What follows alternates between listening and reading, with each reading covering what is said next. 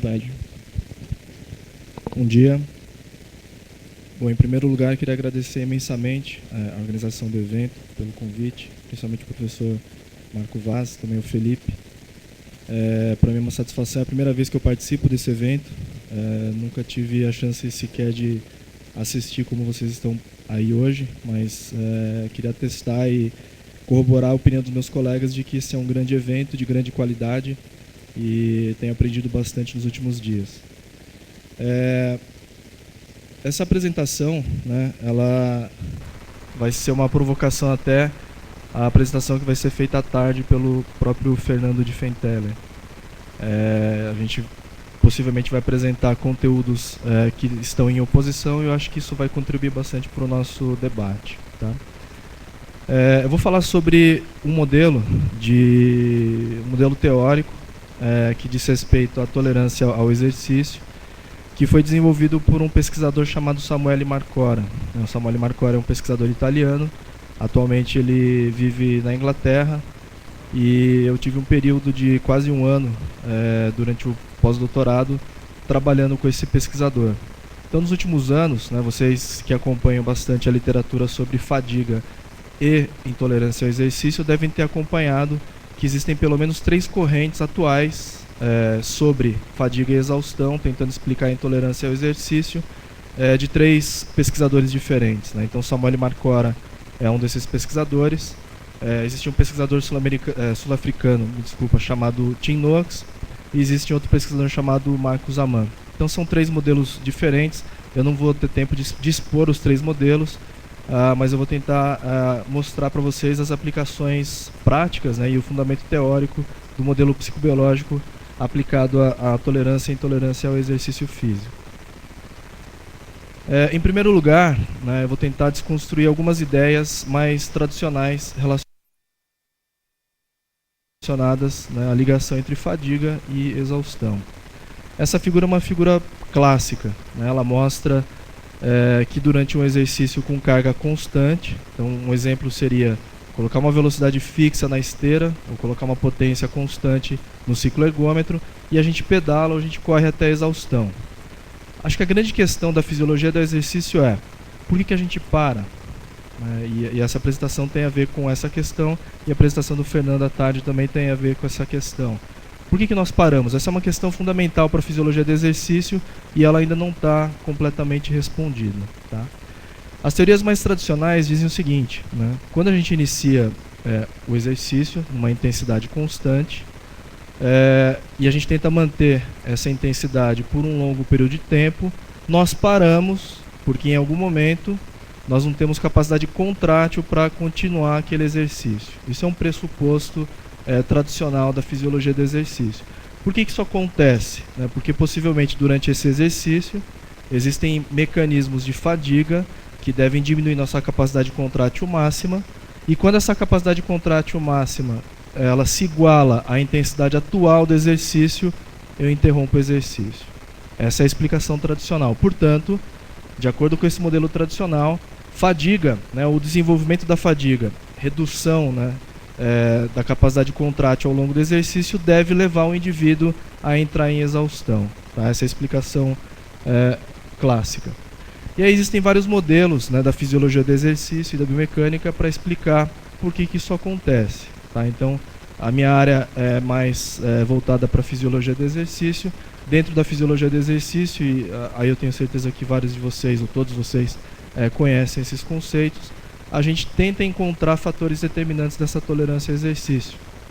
Um dos exemplos é o consumo máximo de oxigênio.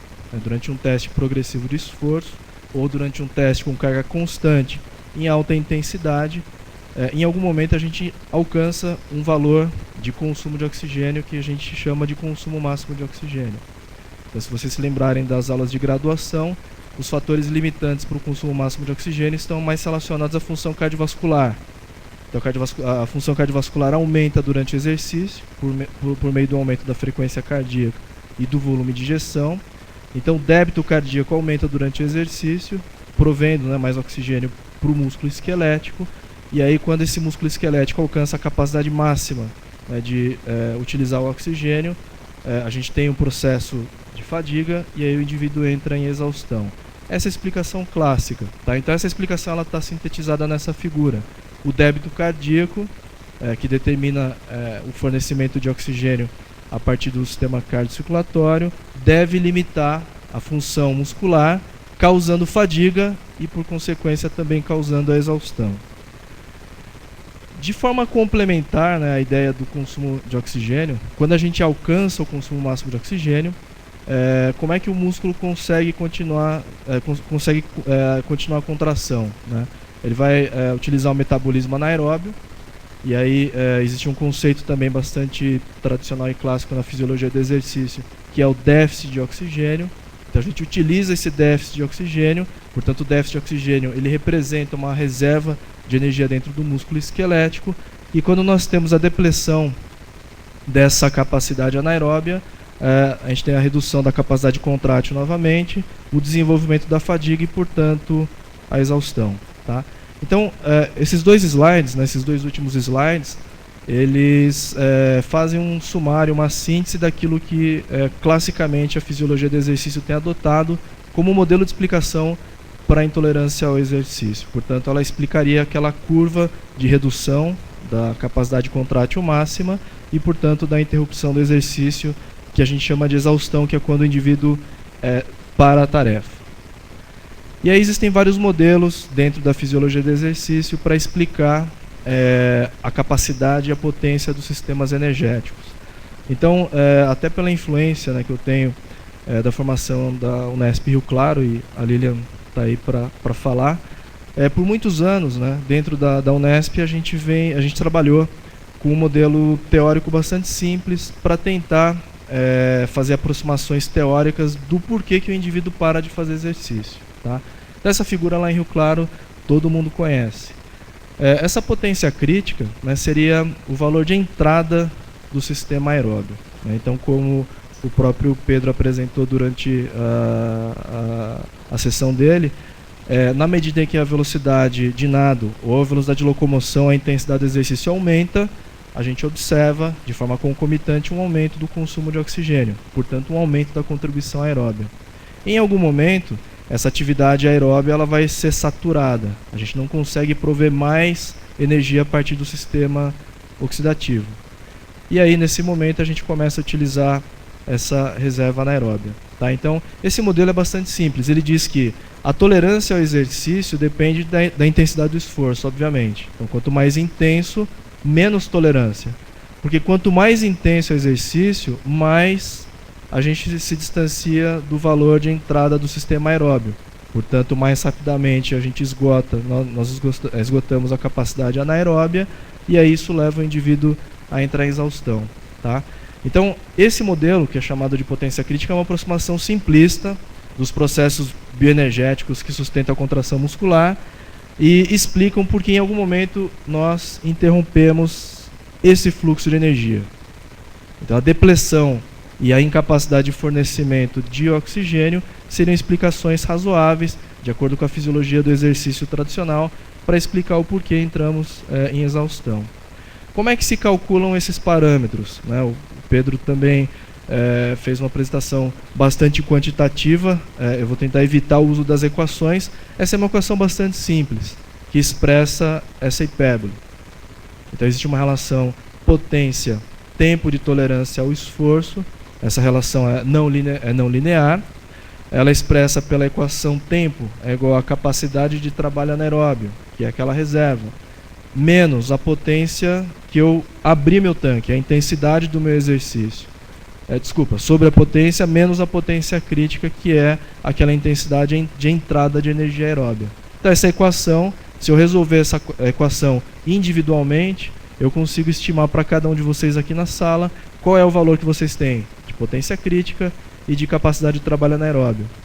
A gente pode ter duas pessoas aqui que conseguem, numa determinada intensidade, exatamente o mesmo tempo até a exaustão. O que não significa necessariamente que esses dois indivíduos vão ter a mesma potência crítica e a mesma capacidade de trabalho anaeróbio. A gente pode ter relações diferentes entre essas duas variáveis para gerar a mesma tolerância ao exercício. E é por isso que se realizam os testes. Eu quero saber se o indivíduo consegue sustentar o exercício porque ele tem mais capacidade aeróbia ou se porque ele tem mais capacidade anaeróbia. Aí, né, até por conta dos meus colegas da biomecânica, aliás, eu aprendi bastante com eles nos últimos anos, né? Em 2007, eu vim a Porto Alegre, a gente fez um trabalho em colaboração, Fernando, Felipe e Marco, e o professor Jorge Pinto Ribeiro, para estudar aspectos relacionados à fadiga eletromiográfica. Tá? Então, desde então, em alguns dos nossos estudos, né, eu utilizei essa técnica. Aqui, vocês devem ser bastante treinados para interpretar essas curvas. Em diferentes intensidades do exercício, a gente faz o registro, né, do sinal eletromiográfico. E aí o que se observa? Quanto maior a intensidade do exercício, maior a inclinação desse segmento de reta que expressa o aumento da atividade do músculo. Tá? Então isso denota a ocorrência da fadiga. E aí o pressuposto é de que, em algum momento, esse acúmulo de fadiga, no aspecto mais neuromuscular, associado aos aspectos energéticos, devem levar o indivíduo à exaustão. Tá? De tal forma que, se eu calcular todos os slopes, né, todas as inclinações de reta, e fizer uma projeção dessas inclinações para uma inclinação zero, o que seria inclinação zero? Seria uma intensidade do exercício que pode ser teoricamente mantida sem fadiga, portanto ela pode ser mantida indefinidamente. Então, a essa intensidade a gente tem dado o nome de limiar de fadiga eletromiográfica, e essa intensidade deve ter uma alta correspondência com o que a gente está chamando também de potência crítica. Tá? Então, os modelos, né, tradicionais da fisiologia do exercício, da biomecânica, para trazer aproximações teóricas e práticas do que é fadiga e exaustão, são brevemente apresentados nesses slides. Eu diria, né, que das diversas explicações que nós podemos levantar para explicar a intolerância ao exercício, como eu falei, talvez seja uma das grandes questões da nossa área. Por que nós paramos? Tá? Em algumas revisões de literatura, essa não é a única, nós podemos enxergar aqui várias aproximações teóricas. Então, o sistema cardiovascular e a mobilização do sistema anaeróbio, que foi aquilo que eu apresentei agora há pouco, é tido como um fator determinante da intolerância ao exercício, e outros fatores, como a depressão de energia, calor. A gente sabe que fazer exercício em ambiente quente causa uma intolerância muito maior do que em ambiente frio, e aí tem explicações fisiológicas e mecânicas para isso. Tem a fadiga neuromuscular em algum lugar aqui que eu já não consigo nem enxergar no modelo porque ele é grande, e em algum momento, né, alguém resolveu incluir esse aspecto, o aspecto psicológico e o aspecto motivacional. E aí vocês devem estar achando a coisa mais estranha do mundo, né? Porque alguém formado na fisiologia do exercício, na tradição bioenergética, começa a contar uma história diferente, né? E aí talvez seja a parte mais interessante dessa apresentação. Eu vou argumentar com vocês que os mecanismos que levam à fadiga, portanto a redução da nossa capacidade contrátil máxima, ela é realmente multifatorial e é dependente da tarefa, como alguns autores aqui presentes na sala afirmam. Tá? Então, existem diversos mecanismos que levam à fadiga, e a fadiga ela se manifesta de forma diferente em relação aos mecanismos, dependendo da tarefa. Então, ela é tarefa dependente. No entanto, o meu argumento aqui, como bom fisiologista, é que os aspectos psicológicos e motivacionais, né, os dois, tá? São os únicos determinantes da exaustão. É esse o argumento, essa tese que eu vou defender, e obviamente vou ser criticado por isso logo adiante. Se alguém tiver interesse, né, de fazer uma leitura rápida daquilo que eu vou apresentar, a minha apresentação se baseia num artigo de revisão que nós publicamos recentemente. O artigo está em inglês, numa revista brasileira, propositalmente. A gente queria apresentar essa ideia porque no Brasil existe uma corrente bastante forte defendendo uma outra vertente teórica, que é o modelo de governador central. A gente queria apresentar uma versão diferente, uma explicação diferente para aquilo que é denominado intolerância ao exercício. Então, esse modelo psicobiológico, que dá título a essa apresentação, foi sintetizada nesse artigo que foi publicado na Revista Brasileira de Educação Física e Esporte. Então, tanto o Bruno quanto o José Luiz, que foi meu aluno de mestrado, atualmente faz doutorado no exterior, quanto o Gleber, que é professor da Federal do Paraná, todos nós tivemos passagem pelo laboratório do Samuel Marcora e todos nós tivemos oportunidade de participar de alguns estudos que acabaram nos convencendo acerca das possibilidades desse modelo teórico. Eu não estou afirmando que ele está correto, eu acho ele bastante fértil. Então, voltando àquela nossa ideia, né, a tradicional, nós temos aqui no início do exercício uma capacidade contrátil máxima maior do que aquela que a gente imprime numa atividade submáxima constante. Portanto, a fadiga é baixa. Na medida em que a gente mantém essa intensidade do exercício, a fadiga vai aumentando, portanto, nossa capacidade contrátil máxima vai sendo deprimida, ela vai sendo reduzida. Em algum momento, quando as duas se igualam, eu entro em exaustão. Esse é o pressuposto da fisiologia do exercício e é parte do pressuposto da explicação biomecânica da fadiga e da intolerância ao exercício. A questão é, alguém já testou isso? Existe algum estudo empírico na literatura que tenha mostrado a veracidade desse pressuposto? É um pressuposto para eu acreditar que falência energética ou falência neuromuscular me desengaja da tarefa, eu tenho que acreditar que essa figura é verdadeira e ela é verossímil, ela é válida, tá? Mas até então, por incrível que pareça, ninguém havia testado esse pressuposto. Então, um mérito, né, do Samuel Marcora e do Walter Staiano, que até então, na época, era estudante de doutorado do Samuel Marcora, foi testar esse pressuposto. Será que, durante um exercício com carga constante, em ciclo ergômetro, a fadiga causa exaustão? Como é que eles testaram isso? Aqui tem a intensidade escolhida para o indivíduo pedalar. É uma potência contra a qual ele pedala no ciclo ergômetro. E aí, esse indivíduo é motivado, e motivação é importante no modelo que eu vou explicar, a ir até a exaustão. Como é que se motiva alguém a ir até a exaustão? Você pode incentivar, né? Pode gritar, você pode trazer meninas à sala caso o testado for um rapaz. Isso altera, o modelo prevê isso, existe motivação para aumentar a potência, mas se oferece dinheiro, né? Então, no nosso comitê de ética, nos nossos comitês de ética, não é possível fazer isso. Nesse estudo, eles podiam receber. Então, havia uma recompensa financeira para quem conseguisse manter mais tempo a intensidade do esforço. Então a motivação é alta, tá? Mas em algum momento a pessoa para. Aí a pergunta é, a despeito dela estar recebendo um valor, por que ela para? A pergunta era essa do estudo. Será que a fadiga, né, explica a exaustão? Então o que eles fizeram? Eles mediram desde o estado descansado e em vários estágios, né, de um exercício com carga constante, qual era, num ciclo ergômetro eletromagnético, a potência máxima que eles podiam gerar naquele instante se eles quisessem aumentar a intensidade. O que a gente observa? Esse ponto é maior do que esse, não é? Esse maior do que esse e assim por diante. Portanto, há uma redução da capacidade contrátil muscular, portanto há fadiga.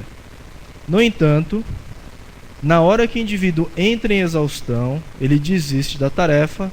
Havia uma sugestão, né, fortemente incentivada por gritos, para ele acelerar por mais 5 segundos. O indivíduo não sabia disso, ele já tinha desistido da tarefa, de repente ele toma um susto, ele tem que acelerar e pedalar o máximo que ele pode. A surpresa, a potência gerada não é igual à potência inicial, obviamente, porque, como eu falei, existe fadiga, e a gente não está negando que exista fadiga, mas essa intensidade é muito maior do que a intensidade que ele havia mantido durante a tarefa. Portanto, de acordo com esse estudo, fadiga explica a exaustão? Não. Fadiga não explica a exaustão. A fadiga explica, os mecanismos da fadiga explicam a redução da potência máxima possível de ser gerada, mas ela não explica a interrupção da tarefa. Então a questão agora é, o que é que explica o indivíduo parar aqui? E não aguardar essa potência máxima se igualar à sua potência real. Durante todos esses estudos desse grupo de pesquisa, e a gente tem feito mais ou menos a mesma coisa, se mede a percepção subjetiva de esforço. Talvez a percepção subjetiva de esforço seja a variável mais medida na fisiologia do exercício, mas a menos utilizada nas explicações sobre o porquê que a gente para. Se vocês observarem indivíduos altamente motivados, durante o exercício até a exaustão, a percepção de esforço vai subindo progressivamente, né? E esse aumento é mais ou menos linear. Qual é o ponto máximo de uma escala de 6 a 20? O 20. Então, ao final daquele esforço, apesar da potência máxima ser maior do que a potência gerada, o indivíduo atingiu o seu maior valor de percepção de esforço. Então, para adiantar um pouco o que eu vou defender, a percepção de esforço deve ser a variável que limita o indivíduo a continuar realizando esse exercício físico. E o que é a percepção de esforço?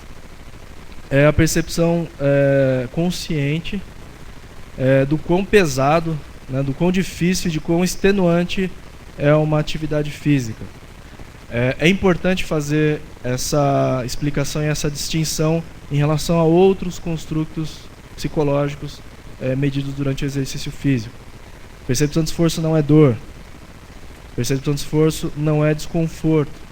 Existem estudos que medem, usando a escala de Borg, qual é o nível de esforço, qual é o nível de dor e qual é o nível de desconforto do indivíduo ao exercício. Muitas vezes, a percepção de esforço é baixa, mas o desconforto por alguma razão pode ser alto. Ou a dor pode ser alta e o esforço não ser máximo. São valências diferentes. Então, esforço é o quão pesado é o exercício, né? How hard are you driving your muscles? É o quanto você está fazendo realmente de esforço para manter aquela contração muscular. E aí, durante o exercício com carga constante, apesar do exercício ter carga constante, o que acontece com a percepção de esforço? Ela vai aumentando. Então, ela é dependente de intensidade? Sim, mas também é dependente de time on task. É o tempo que você permanece na tarefa. Então, a percepção de esforço ela não se limita a uma avaliação da intensidade. É o quão esforço você realiza numa tarefa que pode levar até a exaustão. O segundo esclarecimento importante é o seguinte: existem vários autores, né, e eu também cometia esse erro anteriormente, que acreditam que a percepção de esforço é gerada a partir de feedback da periferia. Então, a explicação clássica, né, é que existe um comando central.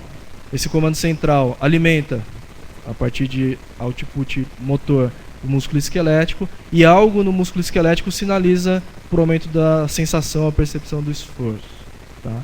Atualmente, eu não vou apresentar as evidências, mas já há evidências suficientes para dizer que o comando central, sim, né, inerva o músculo esquelético, portanto a contração é voluntária, mas existem descargas corolárias à geração do comando central que geram a percepção de esforço. Então não é necessário ter feedback da periferia. O fato de eu mobilizar áreas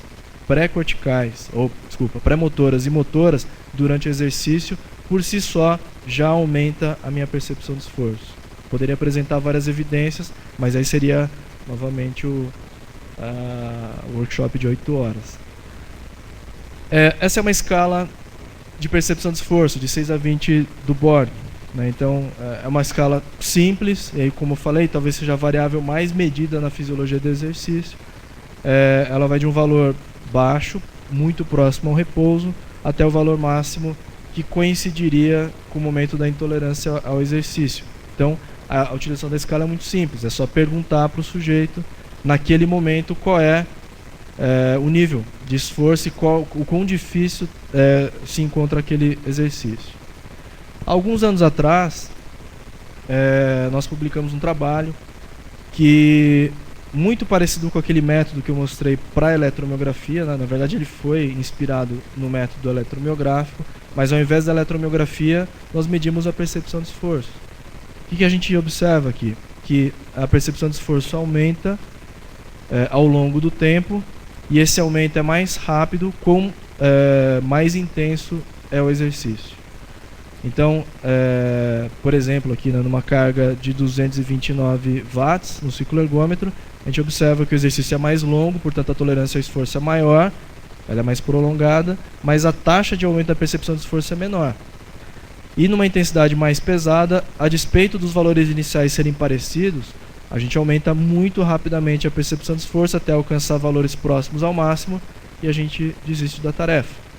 Então, usando um raciocínio simples, o slope, né, a inclinação da reta de regressão da percepção de esforço ao longo do tempo, expresso pela própria intensidade do esforço, extrapolando essa relação, há aqui um ponto chamado limiar de esforço percebido, que nos estudos que nós conduzimos recentemente, ele tem uma alta relação com o máximo estado estável de lactato. Em alguns momentos, em alguns estudos, ele até coincide com a intensidade máxima estado estável de lactato e coincide também com o limiar de fadiga eletromiográfica. E aí tem outros estudos que mostram também que tem alta relação com o ponto de compensação respiratório, que é o limiar obtido a partir de variáveis ventilatórias. Então esse ponto parece ser um ponto interessante para a avaliação da tolerância ao exercício. Mas a principal questão para nós, né, é saber por que o indivíduo interrompe cada uma dessas intensidades. Então aqui é só para mostrar o dado, né, a potência crítica, aqui é o limiar de esforço percebido, há realmente uma alta correlação entre essas variáveis. O que isso indica também? Né? Que eu não preciso partir dos pressupostos bioenergéticos para encontrar o limiar. A determinação da potência crítica pressupõe a entrada de energia aeróbia e uma máxima capacidade anaeróbia, que é o eixo X. Esse limiar de esforço percebido não pressupõe nada disso, ele só pressupõe que a percepção de esforço aumenta ao longo do exercício e leva o indivíduo a ter intolerância ao exercício. Tá? Então essas duas intensidades, por elas terem alta correlação e não serem diferentes significantemente, nos levam a crer que talvez nós possamos mudar a explicação da hipérbole, da relação potência-tempo, e também mudar a explicação do porquê paramos durante o exercício físico. E agora deu errado. Espera, deixa eu ver se eu consigo mexer rápido.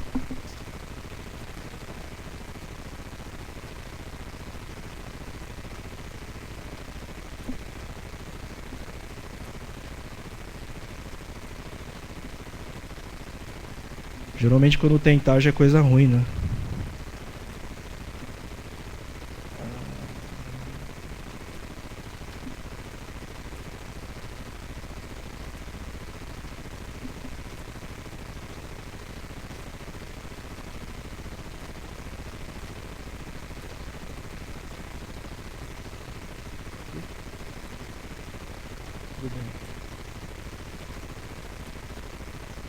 Uma versão diferente da minha. Então, qual é a explicação que o modelo psicobiológico oferece para a intolerância ao exercício? O modelo é muito simples. Ele é muito simples. Se vocês compararem com os modelos alternativos, vocês vão ver que o número de construtos desse modelo é super reduzido em relação, por exemplo, ao modelo de governador central e o modelo também do Marcos Amann para a intolerância ao exercício. Esse modelo, ele não se limita ao exercício. Eu posso utilizar esse modelo para qualquer coisa. Então, para nós que somos professores universitários, direto a gente tem que ler trabalhos acadêmicos, principalmente os TCCs. Alguns TCCs são muito bons e alguns são sofríveis. Então, às vezes, dois trabalhos com o mesmo número de caracteres, mesmo número de folhas, podem causar um esforço absurdo para o orientador ler, ao passo que um trabalho bem escrito não gera tanto esforço. Então, digamos que o trabalho seja muito bom, e a gente já consegue identificar quando lê o resumo, a primeira página da introdução. Se o trabalho é muito bom, a minha motivação para ler esse trabalho é alta. E o esforço percebido é baixo. Portanto, eu posso sentar em 2 horas e ler e corrigir um bom TCC. Um TCC ruim, a motivação é baixa e a percepção de esforço é muito alta. Então, o que eu estou querendo dizer com esse pequeno exemplo é que o exercício é a mesma coisa. Tá? A maior parte de nós tem dificuldade em se engajar em programas de exercício porque a motivação é baixa e o esforço é alto. É óbvio. Tá? Então, o que induz o indivíduo a interromper uma atividade? É o quão motivado ele se encontra para fazer, no caso, o exercício físico e qual é o seu nível de percepção de esforço. E só. Só. São 2 construtos. Motivação e percepção. Então, para indivíduos com diferentes níveis de aptidão física, eu tenho aqui a mesma motivação, caso os 2 sejam fortemente motivados e incentivados a realizar a tarefa, só que o indivíduo que tem menor aptidão aumenta mais rapidamente a sua percepção do esforço, porque a aptidão física interfere na percepção do esforço. O indivíduo o indivíduo mais treinado percebe menos e consegue prolongar mais a sua atividade. Então, esse modelo explica de forma muito simples por que 2 pessoas igualmente motivadas têm tolerâncias diferentes ao exercício. Tá, essa é uma teoria muito simples. A gente precisa de evidências sobre a validade desse modelo. Então, o meu argumento de acordo com as teorias tradicionais, né, da fisiologia do exercício, a fadiga explica e causa a exaustão. De acordo com o modelo que eu estou apresentando aqui agora, a fadiga pode causar um aumento, né, ela participa do aumento da percepção de esforço, ela não é a única causa do aumento da percepção de esforço, e aí por causa da minha motivação de continuar ou não aquela tarefa, eu interrompo a minha atividade. É uma mudança substancial na forma de ver as questões relacionadas à tolerância ao exercício. Essa é a primeira evidência. Né? Existiu um pesquisador na Itália, um fisiologista famoso chamado Angelo Mosso. Ele fez a seguinte observação: ele pegou um dinamômetro, um hand grip, e aí durante uma manhã tranquila, sem aulas, ele mediu a capacidade de sustentar uma contração até a exaustão. Numa outra manhã, ele tinha aulas. E aí após a aula, e acho que todos que passaram aqui aqui em cima desse palco devem ter sentido isso, ao final da tarefa, né, da aula ou da apresentação, a gente tem menor predisposição física, inclusive. E se testados, há uma redução da capacidade de manter um exercício. Então o que explica isso? Fadiga central explica redução do desempenho em exercício, sendo que eu não fiz uma tarefa com exercício prévio. Fadiga periférica explica. Existe algum fator que possa isoladamente dizer por que eu tolero menos o exercício? Aí, num estudo mais controlado, é óbvio, aquilo foi uma observação de um professor. Recentemente, isso foi testado. Então, indivíduos foram submetidos a 2 condições prévias ao exercício. E esse exercício ia até a intolerância, até a exaustão. Existem testes, né, cognitivos, existem tarefas cognitivas que geram fadiga mental. Então, a questão desse estudo era: será que a fadiga mental, independente de qualquer aspecto de fadiga física, reduz a tolerância ao exercício? Porque se reduzir, existe uma implicação teórica sobre a tolerância ao exercício, ou seja, ela não se restringe à condição física da pessoa naquele momento. Então, isso aqui é só um esquema de uma tarefa onde existe inibição, né? Em alguns momentos você aperta a tecla, em alguns momentos você é levado a apertar, mas no final você não pode apertar e você tem que inibir aquele comportamento. Isso demanda muito de processos decisórios e de processos efetores. Isso foi realizado por 90 minutos. Então o sujeito sai exaurido mentalmente e com raiva também. E a tarefa controle era assistir um documentário sobre trens e sobre Ferraris. Tá? Então, 90 minutos na tela ou 90 minutos na tela, com pouca atividade física durante essa tarefa. Existem evidências que a fadiga mental altera a atividade de áreas específicas do cérebro. E aí, de fato, né, no final da tarefa cognitiva, o que a gente observa é que há um aumento da fadiga mental. E no grupo que passou pela situação controle, isso não aconteceu. Então, o que mudou antes da tarefa física foi o estado de fadiga mental. Outros controles foram feitos antes que alguém pergunte, né? Glicose sanguínea, alguns indicadores de função antes da tarefa física. Havia constância nessas variáveis. Na hora em que o indivíduo era levado até a exaustão, ou seja, ele tinha que manter tarefa até a sua intolerância. Tá? Quando a situação era controle, ele mantinha 700 e tantos segundos, até a exaustão. Quando essa mesma tarefa, mesma intensidade, era precedida pela tarefa mental, e aí vocês viram na figura anterior que havia fadiga mental, a tolerância ao exercício foi menor. Isso mostra que um tipo de fadiga que não é física, mas uma fadiga a partir de tarefa cognitiva, tarefa executiva, não foi, ela foi suficientemente forte para reduzir a tolerância ao esforço. E o que é que explica isso? Bom, vamos olhar para as variáveis que eu mencionei lá em cima. Eu falei assim, olha, o débito cardíaco está relacionado ao fornecimento de oxigênio, e o oxigênio está relacionado a processos de recintos de ATP. Portanto, se eu faço uma tarefa mental prévia ao exercício físico, eu devo perturbar meu sistema cardiovascular. Eu acho que ninguém acredita nisso. E de fato, né, o débito cardíaco aumentou de forma semelhante nas duas condições. Portanto, o fornecimento de oxigênio não foi prejudicado durante a tarefa. O consumo de oxigênio muscular também obedeceu à mesma cinética e alcançou o mesmo valor final máximo. Portanto, não explicaria por que nessa segunda condição eu faço mais exercício. Concentração de lactato. Né? Lactato também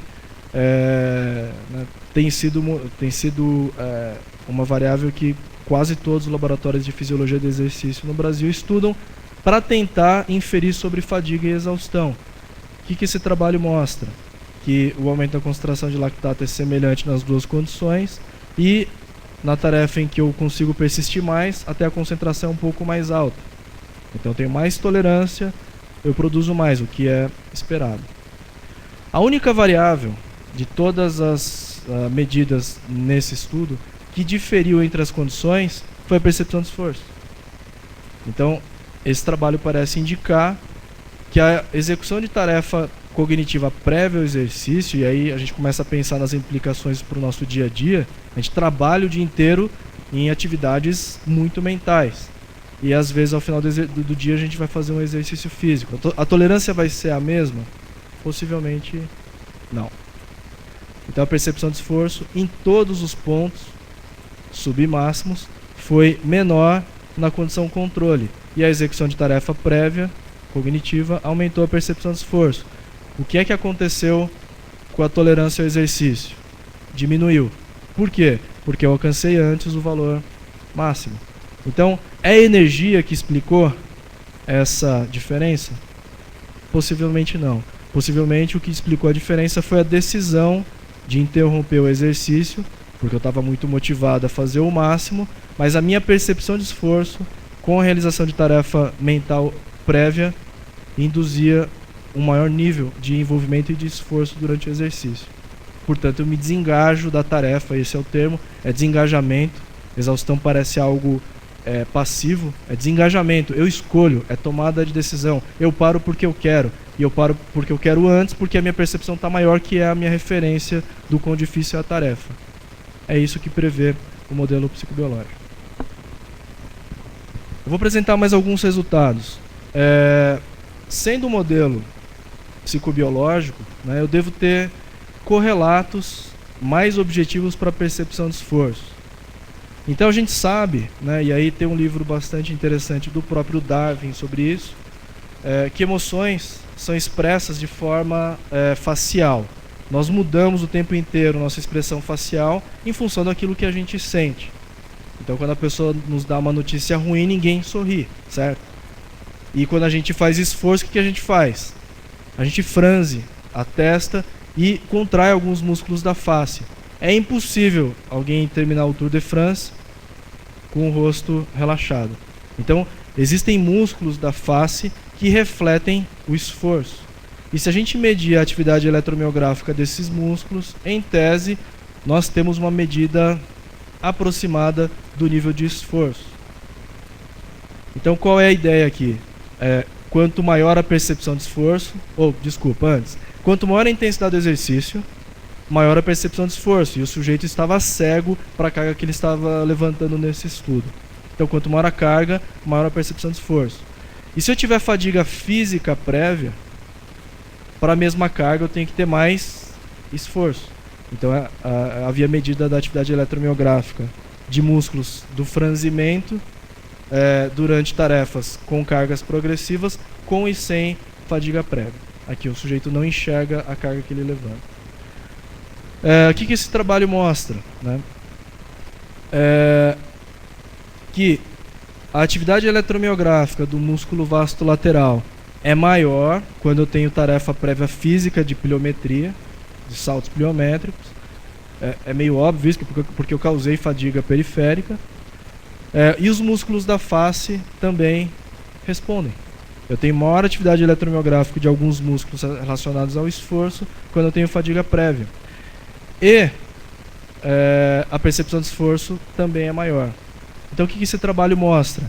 Que possivelmente essas medidas mais objetivas, e não é isso que a gente não está preconizando o uso dessa medida, a gente está querendo mostrar que medidas objetivas sem a participação do julgamento da pessoa também oferecem uma informação sobre o nível de esforço que ela executa. Tá? E aqui no grupo controle só há efeito do tempo, não há interação entre as condições. Portanto, o que parece é que a percepção de esforço tem correlatos de expressão física do esforço. Esse é um trabalho bastante interessante e a coincidência é muito feliz, porque ontem ele entrou na lista do Journal of Applied Physiology. No período em que eu estive no pós-doutorado, eu auxiliei num estudo de doutorado e esse estudo foi publicado ontem. Tá? Esse trabalho mostra que a percepção de esforço, quando se utiliza cafeína prévia ao exercício, é menor. Esse efeito é amplamente conhecido. Já existem meta-análises que suportam essa ideia. A percepção de esforço é menor. Por isso que quando a gente vai ler o TCC ruim, a gente toma bastante café. O café diminui o esforço percebido. A mesma coisa durante o exercício. A percepção de esforço é menor e aí, em tese, eu posso tolerar mais tempo. Esse é o estudo, né? Essa é a tecnologia utilizada, né? E aí eu sou bastante solidário a Lilian. Eu acho que tem que ter mais grupos brasileiros trabalhando com EEG. Eu não sou especialista no assunto, mas esses trabalhos mostram claramente a necessidade de se olhar para outro lado. A fisiologia do exercício, principalmente a biomecânica menos, tem tratado a fadiga e a exaustão como fenômenos periféricos, do pescoço para baixo. E esse estudo, ou esse modelo teórico, prevê que fadiga, nem tanto, mas principalmente o desengajamento da tarefa durante a exaustão, é um processo puramente decisório. Portanto, ele envolve processos mais superiores. Esse estudo mostra que a atividade de EEG durante duas fases do exercício, a primeira e a segunda fase, primeiro e segundo bloco, ele é menor quando se utiliza a cafeína. Portanto, o que parece aqui? Que a atividade eletroencefalográfica é menor, porque possivelmente áreas pré-motoras e motoras estão sendo menos mobilizadas. Portanto, o comando central é menor. E se o comando central é menor, a percepção de esforço é menor. Esse estudo mostra claramente, com uma manipulação farmacológica, que a percepção de esforço tem correlato neurofisiológico. Ele se relaciona fortemente com a atividade, principalmente numa área chamada CZ, que é uma área muito vinculada à atividade pré-motora e motora de cada contração. Isso aqui são centenas de contrações para tirar uma média, porque a atividade única de uma única contração é impossível de ser tratada. Você faz várias vezes a atividade e aí sobrepõe curvas. Dá para ver claramente aqui que na situação placebo a atividade é maior e na situação cafeína, onde a percepção de esforço é menor, a atividade eletroencefalográfica é menor também. Bom, vou caminhando para o fim. Isso aqui é um estudo não publicado, né? Porque vocês viram, né? Existem manipulações para aumentar a percepção de esforço e, portanto, diminuir a tolerância ao exercício, como, por exemplo, a fadiga mental. E existem estratégias para reduzir a percepção de esforço e, portanto, aumentar a tolerância ao exercício físico, como, por exemplo, com a utilização da cafeína. Uma pergunta que eu me fiz no período em que eu estive nesse grupo foi: tá, e as variações espontâneas no desempenho? Todos nós aqui temos experiência de dias que a gente está se sentindo muito bem para fazer exercício e a gente rende mais, e outros dias que nem tanto e a gente rende menos. Então a pergunta era: o que diferencia as duas situações? No dia que eu estou mais disposto e eu desempenho melhor, e no dia que eu desempenho pior. Então esse estudo foi feito na Universidade de La Coruña.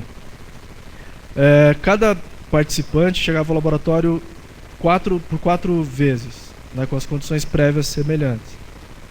E aí eles subiam no cicloergômetro e faziam um exercício até a exaustão. O que a gente comparou? A gente comparou os extremos. O dia que ele fez o melhor e o dia que ele fez o pior. E aí há uma diferença significante entre esses 2 dias em relação ao desempenho. Concentração de lactato é um pouco maior.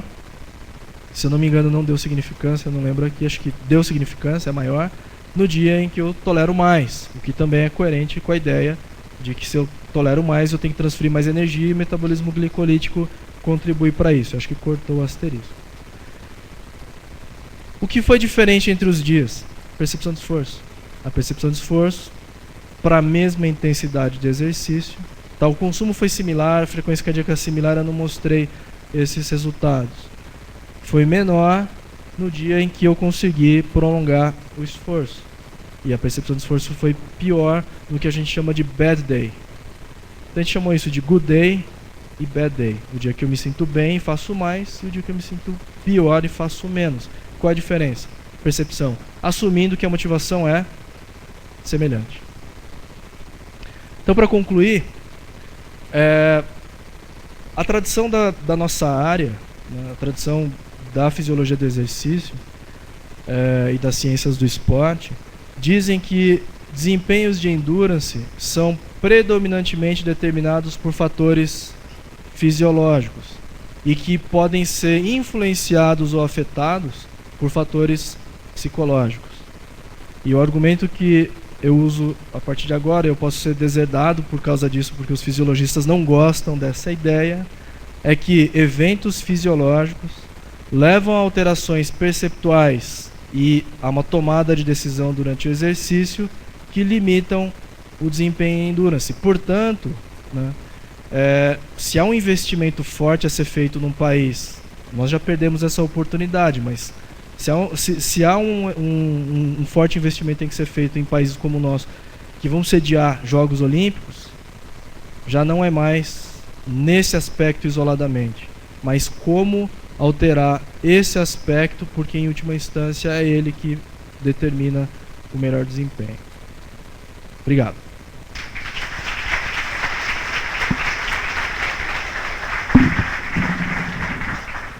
Obrigado, Fábio, pela excelente palestra. Agora a gente abre então para perguntas.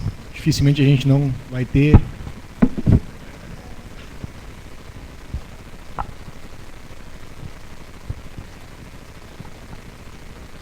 Thank you very much for the interesting but on this controversial topic It wasn't quite clear to me whether you were saying that the perception of effort was based solely on an interpretation of the corollary discharge or in combination with afferent feedback from the periphery. Pode ser em português a resposta? Mais fácil. A pergunta, acho que vocês ouviram, é sobre o mecanismo que leva ao aumento da percepção de esforço. Se ele é mais relacionado às descargas corolárias dos comandos centrais ou se há uma participação do feedback periférico. Existem estudos que fazem bloqueio farmacológico da aferência sensorial. Existem formas de bloquear a informação que vem da periferia.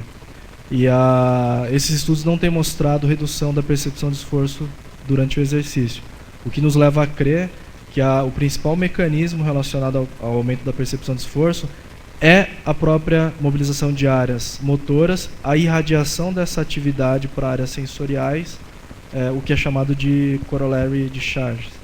Então, não é uma via simples entre córtex motor e a área sensorial, mas em vários processos neurais existe irradiação de atividade. Então, portanto, a percepção reflete o comando central, o motor command. If that's the case, then how do you explain the greater perception or elevated reports of fatigue in clinical populations who are doing nothing, who are just sedentary? Existem algumas doenças, eu não sou muito familiar a elas, mas, por exemplo, a fadiga crônica. Tem pessoas que mesmo em repouso reportam valores elevados de fadiga percebida. Ao que parece, essas doenças têm origem muito mais central do que periférica. Não haveria nenhuma razão para acreditar que alguém que sofre de fadiga crônica tenha alguma atividade sustentada na musculatura, seja metabólica ou mecânica, que forneça feedback para que haja aumento da percepção do esforço ou da fadiga. Então parece, novamente, e a evidência acredito que seja forte, que essa é uma síndrome mais central. Portanto, a existência da fadiga crônica corrobora, né, e não nega, né, a existência dessa influência mais central na elaboração da percepção de esforço. I have a question and a suggestion, or more a remark and a suggestion. I don't think the exercise physiologists will be disappointed by your talk, because you do have to have a certain level of capacity to be able to be exerted. So it's only the difference between giving up on a certain day. And I have a suggestion that comes from psychiatric training. Because one of the things that people are doing, for instance, if you get angry very fast, a method is you have to smile first. Because there's a very strong correlation between the feeling that you have and your facial expression. Maybe you could use your EMG of facial expression to not look exerted, and maybe that will help on the perceived exertion. I have no idea, but it could be that there's a strong relation between the two. A sugestão que está sendo feita é muito interessante, porque atualmente eu tenho uma colaboração com uma universidade italiana. É um grupo de pesquisa só de psicologia do esporte, né? E aí alguém pode se perguntar, né, como é que a fisiologia do exercício, biomecânica e psicologia do esporte podem atacar uma questão que é maior do que aquela que pode ser explicada por cada uma das subdisciplinas. A explicação do porquê que a gente possivelmente está na fronteira entre as áreas. É necessário ter backgrounds e conhecimentos de diferentes grupos de pesquisa. Existe uma tentativa, seguindo a ideia que a professora apresenta, que quando o indivíduo chega ao laboratório, né, ele passar por biofeedback. Esse grupo faz isso. Se você medir a atividade de EEG, né, e outras atividades fisiológicas, como a variabilidade da frequência cardíaca, é possível criar mecanismos psicológicos externos para melhorar o estado de prontidão do indivíduo para aquela tarefa. Então isso é uma coisa que tem que ser investigada. Tem um estudo recente, né, também do grupo do Samuel Marcora, em que eles utilizam uma estratégia psicológica que é self-talk. Então, durante a atividade de exercício, durante a atividade de endurance, existem instruções para o indivíduo conversar consigo mesmo, né, em algumas palavras até de motivação, de tentar ir mais. Isso altera o desempenho. Então, novamente, né, são várias estratégias. A cor do ambiente altera o desempenho. Tem muitos fatores que modificam o desempenho de endurance no final das contas. E eu concordo com a colocação dela, ela foi bastante perspicaz. Os fisiologistas não vão ficar aborrecidos com isso, porque no final, a potência média que a gente mantém numa prova, a velocidade na natação, é só capacidade física. O que a gente está mostrando aqui é que as decisões são pautadas em processos mais psicológicos. E os processos psicológicos são mais importantes ainda, não em tarefas com carga constante, mas pensem na prova real. Pacing. Como é que a gente elabora uma estratégia de pacing para vencer um oponente que fisicamente pode ser igual ou até um pouco melhor do que eu? Então, tomada de decisão durante a prova pode hoje definir o resultado. Então, atualmente, existem grupos envolvidos com tentativas de alteração do desempenho e da endurance a partir de procedimentos puramente psicológicos, sem ergogênico, sem fisiologia, sem facilitação mecânica, puramente psicológico. Então, é uma junção entre as áreas. Hi, thank you for your presentation. It was very, very interesting. My question is, if a scaleboard is related to physiological changes, and can we trust the reports, the values that subjects report in the scaleboard, but in highly motivated subjects? Sorry, highly motivated people.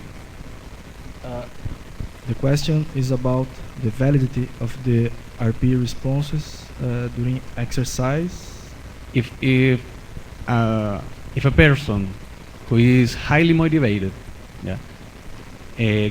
can we trust that value that he is reported as a related to physiological changes, as we use in Borg scale? Essa também é uma pergunta bastante interessante, porque a primeira versão da escala de Borg, que vai de 6 a 20, né, acho que todos sabem, ela foi ancorada na frequência cardíaca. A frequência cardíaca vai de 60 até 200 em indivíduos jovens, e o que se esperava era uma correspondência entre os valores. 60 batimentos por minuto, que é repouso, é muito próximo do 6, 120 batimentos do 12 e assim por diante. Os estudos não têm mostrado muito bem essa correspondência, né? Então a ideia inicial que o Borg tinha de criar uma escala que fosse espelho da resposta fisiológica não foi muito bem sucedida. Então atualmente não se tenta criar ligações, né, entre a percepção de esforço e o valor da resposta fisiológica. Em indivíduos altamente motivados, a gente pode ter um problema sim, que é um problema efeito teto. Porque na medida em que o esforço vai progredindo, há um aumento da percepção de esforço. Ao final do exercício, ele alcança valores próximos de 20, e geralmente a gente não coloca o valor máximo em 20 na escala na orientação, tá? É 19. Até para dar espaço para ele ultrapassar aquele valor. Mas ele alcança valores próximos a 20 e aí há uma estabilização daquele valor. Então o que acontece, eu não chamaria de viés ou bias. Eu diria que em indivíduos altamente motivados é possível manter valor máximo de percepção de esforço por um tempo um pouco mais prolongado. Mas, novamente, né, isso é consistente com a ideia de que o desempenho é regulado a partir de motivação e percepção. Eu tolero mais um tempo maior de uma percepção elevada. Isso é possível acontecer. Obrigado. Bom, com certeza esse é um tópico que gera, né, várias discussões, e com certeza elas vão continuar à tarde, quando o assunto vai ser abordado novamente, a parte de fadiga, exaustão. mas a gente vai dar por encerrada agora a parte da manhã, em função do horário. Aqueles que tiverem interesse podem procurar o Fábio, né, nos nossos intervalos aqui para tirar suas dúvidas. Então, eu só gostaria de entregar o certificado, né, nossa pequena lembrança da região e aqui do evento. Agradecer ao professor Fábio pela participação. Muito obrigado.